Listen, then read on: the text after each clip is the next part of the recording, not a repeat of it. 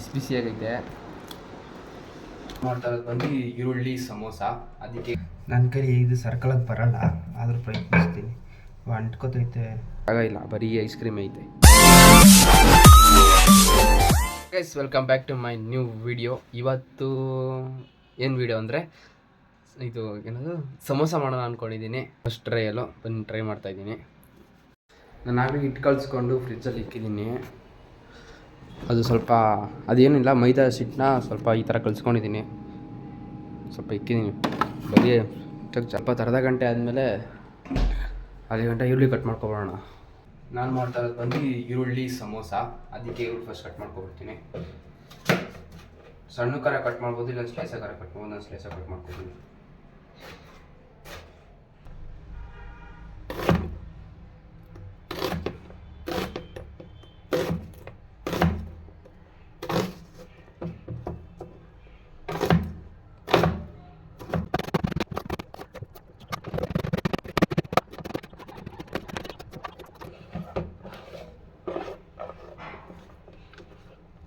ಇವಾಗ ಒಂದು ಈರುಳ್ಳಿ ಕಟ್ ಮಾಡ್ಕೊಂಡಿದ್ದೀನಿ, ಸಾಕು. ಇದನ್ನು ಬೇಡ, ಸಾಕು ಅಷ್ಟೇ. ಇದಕ್ಕೆ ಇವಾಗ ಏನು ಮಾಡೋಣ ಅಂದರೆ ಸ್ವಲ್ಪ ಹುರ್ಕೋಬೇಕು. ಹಸಿಮೆಣ್ಸಿಗೆ ಹಾಕೋಣ ಅಂದರೆ ಖಾರ ಇದ್ದರೆ ತಿನ್ನಕ್ಕೆ ಒಂದು ಬರಲ್ಲ, ಮಧ್ಯ ಖಾರ ಸಿಕ್ಬಿಟ್ರೆ ವೇಸ್ಟ್ ಆಗ್ಬಿಡುತ್ತೆ, ಒಂಥರ ಅನಿಸುತ್ತೆ. ಬೇಡ, ಅದಕ್ಕೆ ಬರೀ ಈರುಳ್ಳಿ ಕಟ್ ಮಾಡ್ಕೊಂಡಿದ್ದೀನಿ. ಇಷ್ಟು ತವ ಎತ್ಕೊತೀನಿ. ಚಿಕ್ಕ ತವದಲ್ಲಿ ಗ್ಯಾಸ್ ಸಜ್ಜಿ ತವ ಇಕ್ಕೋಣ ನಿಮಿಷಕ್ಕೆ.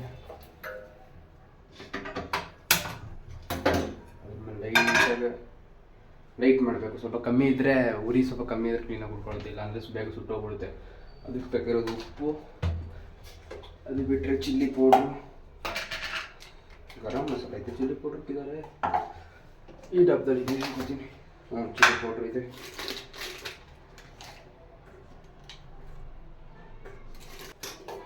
ಇದಕ್ಕೆ 1 ಸ್ಪೂನ್ ಎಣ್ಣೆ,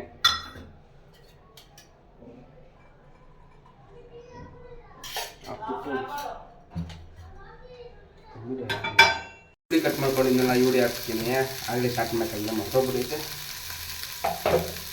ಇದು ಲೈಟಾಗಿ ಕಲರ್ ಬರೋಂಗೆ ನಿಂತ್ಕೊಳ್ಳೋಣ.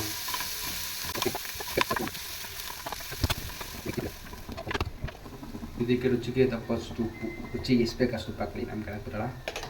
ಅದು ಬಿಟ್ಟರೆ ಗರಂ ಮಸಾಲ ಇದ್ದರೆ ಗರಂ ಮಸಾಲ,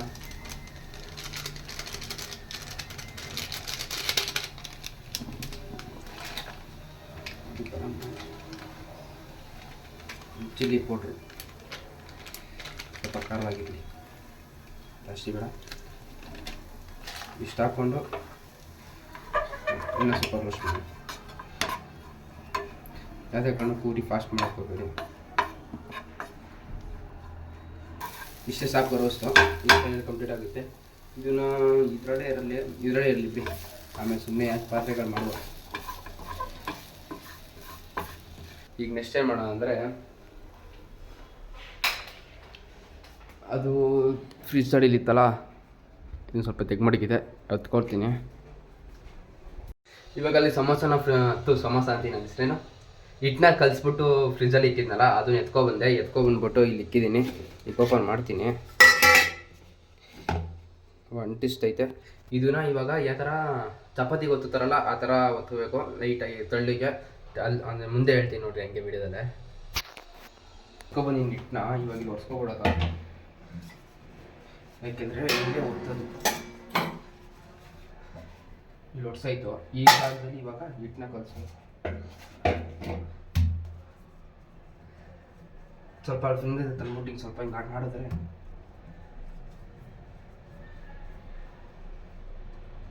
ನಾನು ಯಾವುದೇ ಕಾರಣಕ್ಕೂ ಫಸ್ಟ್ ಟೈಮ್ ಈ ಹಿಟ್ಟನ್ನ ತಯಾರಿಸಿರೋದು. ಚಪಾತಿಗೂ ತಯಾರಿಸಿರಲ್ಲ, ಫಸ್ಟ್ ಟೈಮ್ ಈ ಥರ ಸಮೋಸೆಗಿಂತ ಪ್ರಯತ್ನ ಮಾಡಿದ್ದೀನಿ.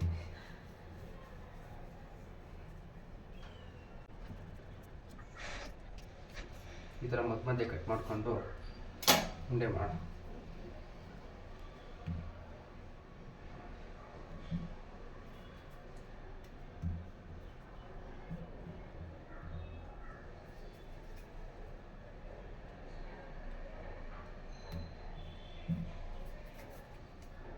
ಎರಡು ತುಪ್ಪ ದಪ್ಪ ಬಂದಿದೆ. ಈ ಟ್ರಯಲ್ ಅಷ್ಟೆ.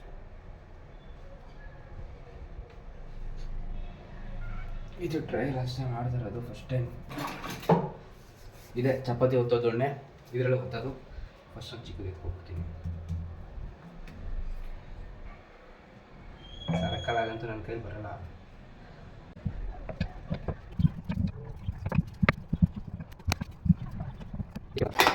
ಇಷ್ಟಾಗೈತೆ. ಇದಕ್ಕೇನು ಮಾಡಬೇಕು ಅಂದರೆ ಆಯ್ತಲ್ಲ, ಇದಕ್ಕೆ ಒಂದು ಸ್ವಲ್ಪ ನೀರು ಹಾಕ್ತೀವಿ.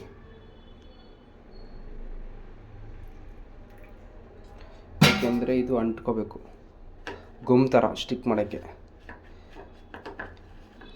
ಈ ಥರ ಗುಮ್ಮಿದ್ರೆ ಅಂಟ್ಕೋಬೋದು. ಕೈ ತೊಳ್ಕೊಡ್ತೀನಿ.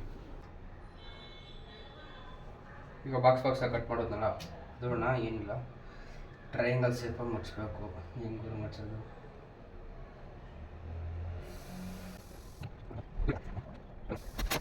ಹೆಂಗೂರು ಹಾಕೋದು ಇಟ್ಕೊಂಡು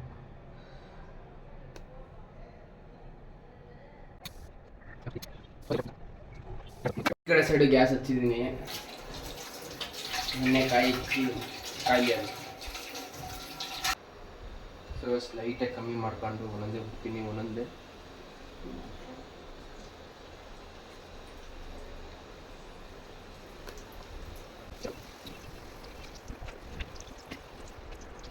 ಸೊ ಗೈಸ್, ಅಲ್ಲಿ ಥರನೇ ಟೇಸ್ಟ್ ಐತೆ ಸೇಮು, ಆದರೆ ಬಟ್ ಇದೈತೆ ಕಲರ್ ಇಲ್ಲ ಅಷ್ಟೇ.